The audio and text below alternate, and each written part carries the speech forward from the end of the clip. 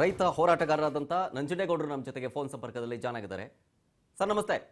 ನಮಸ್ತೆ, ಹೇಳಿ ಸರ್. ಮತ್ತೊಮ್ಮೆ ಅನ್ಯಾಯ. ಲಾಸ್ಟ್ ಟೈಮು 4.4 TMC 15 ದಿನಗಳಿಗೆ ಹರಿಸಬೇಕು ಅಂತಿತ್ತು. ಇವಾಗ 16 TMC ಕೇಳ್ತಿದ್ದಾರೆ.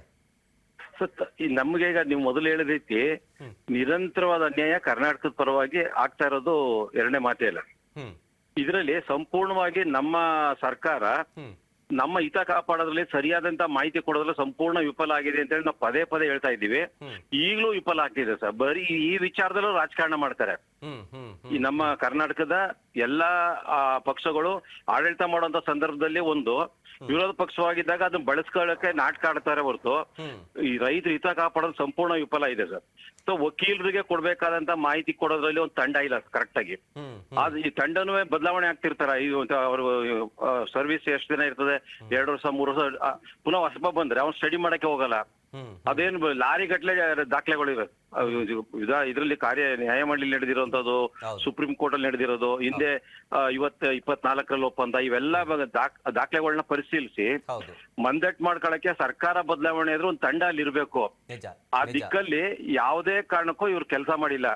ಮತ್ತೆ ಪರಸ್ಪರರು ಸಮರ್ಥನೆ ಮಾಡ್ಕೊಳಕ್ಕೆ ನಮ್ಮನ್ನ ಬಲಿಪಶು ಮಾಡ್ತಾ ಇದಾರೆ. ಇದೇ ನಮ್ ಬಹಳ ಹತಾಶೆ ಇಲ್ಲ ಸರ್. ನಾನು ಹೇಳೋದು ಒಂದ್ ವರ್ಷ ಯಾವ ಪ್ರಯೋಗಕ್ಕೂ ನಾವು ಮಾಡ್ಬೇಕು. ನೀರಾವರಿಗೆ ಅಂತೇಳಿ 1000 ಕೋಟಿ ರೂಪಾಯಿನ ರಾಜ್ಯ ಸರ್ಕಾರ ಖರ್ಚು ಮಾಡ್ತದೆ. ಖರ್ಚು ಮಾಡಿ ನೀರ್ನ ಸಂಗ್ರಹಿಸ್ಕೊಂಡು ಅವ್ರು ಬೇಕಾದಾಗ ನೀರ್ ಬಿಡೋ ಬದಲು ನಮ್ಗೆ ಅಣೆಕಟ್ಟೆ ನೀರೇ ಬೇಡ, ನಿಮ್ ಸವಾಸನೆ ಬೇಡಪ್ಪ ಅಂತೇಳಿ ಕೊನೆ ಬಾಕ್ಲು ಏನೈತೆ ಕೆಳಗಡೆ ಕಟ್ಟ ಕಡೆ ಬಾಕ್ಲು ಆ ಮಳೆ ನೀರ್ ಬಂದಂಗ್ ಹೊಂಟೋಗ್ಬಿಟ್ರೆ, ಮಳೆ ನಿಂತೋದ್ಮೇಲೆ ಅವ್ರಿಗೆ ಬೇಸಿಗೆಯಲ್ಲಿ ನೀರ್ ಬೇಕಾದಾಗ ನಮ್ ಕರ್ನಾಟಕದಲ್ಲಿ ನೀರ್ ಬಿಡಿ ಅಂತ ಕೇಳಿದ್ರೆ ಸುಪ್ರೀಂ ಕೋರ್ಟ್ನವರು, ಕೇಂದ್ರ ಸರ್ಕಾರನು, ನ್ಯಾಯಮಂಡಳಿಯವರು ಬಂದು ಬಿಟ್ಕೊಳ್ಳಿ ಅಂತ.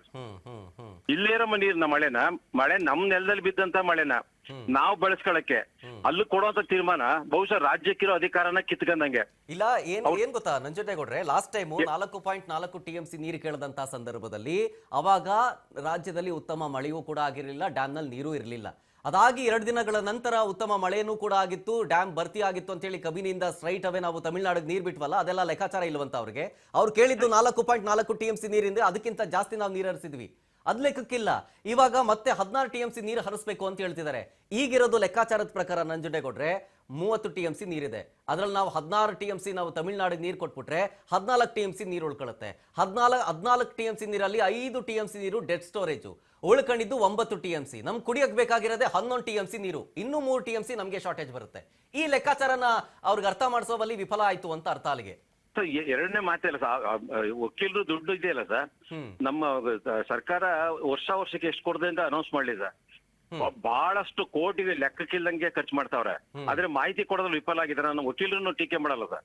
ವಕೀಲರು ಸರಿಯಾಗಿ ಮಾಡ್ತಿದಾರ ಇಲ್ವಾ ಅಂತ ಹೇಳಿ ಈಗ ನೀರಾವರಿ ಮಂತ್ರಿ ಮಾಡವ್ರ ಸರ್, ಯಾರೋ ಬೆಂಗಳೂರಿನ ರೆಡ್ಡಿ ಅಂತ ಹೇಳಿ, ರಾಮಲಿಂಗಾರೆಡ್ಡಿ ಅವರು ಈ ಇಲಾಖೆನೇ ಬೇಡ ಅಂತಿದ್ದವ್ರು. ಒಂದು ಗಂಡನ್ಗೆ ಅದೇನೋ ಕೊಟ್ಟಂತ ಸಂದರ್ಭದಲ್ಲಿ ಇವ್ರು ಅದ್ರ ಬಗ್ಗೆ ಮಾಹಿತಿ ಅಂತ ತಿಳ್ಕೊಂಡ್ರೆ ಇವ್ರು ಅವ್ರ ಯಾವ್ದೋ ಕೆಲಸ ಇದ್ರೆ ಡೆಲ್ಲಿ ಫ್ಲೈಟ್ ಹೋಯ್ತಾರೆ, ಈ ಖರ್ಚು ಮಾಡ್ಕೊ ಹೋಯ್ತಾರೆ ಹೊರ್ತು ಕರ್ನಾಟಕದ ನೀರು ಉಳಿಸೋದಕ್ಕೆ ಪೂರ್ಣ ಪ್ರಮಾಣದಲ್ಲಿ ಪ್ರಾಮಾಣಿಕವಾದಂತ ಬದ್ಧತೆ ಇಲ್ಲ ಅವರಿಗೆ. ಇನ್ನೊಂದೇನಂತಂದ್ರೆ 13ನೇ ತಾರೀಕು ಕರ್ನಾಟಕ ಬಂದ್ ಮಾಡಬೇಕು ಅಂತ ಇತ್ತು.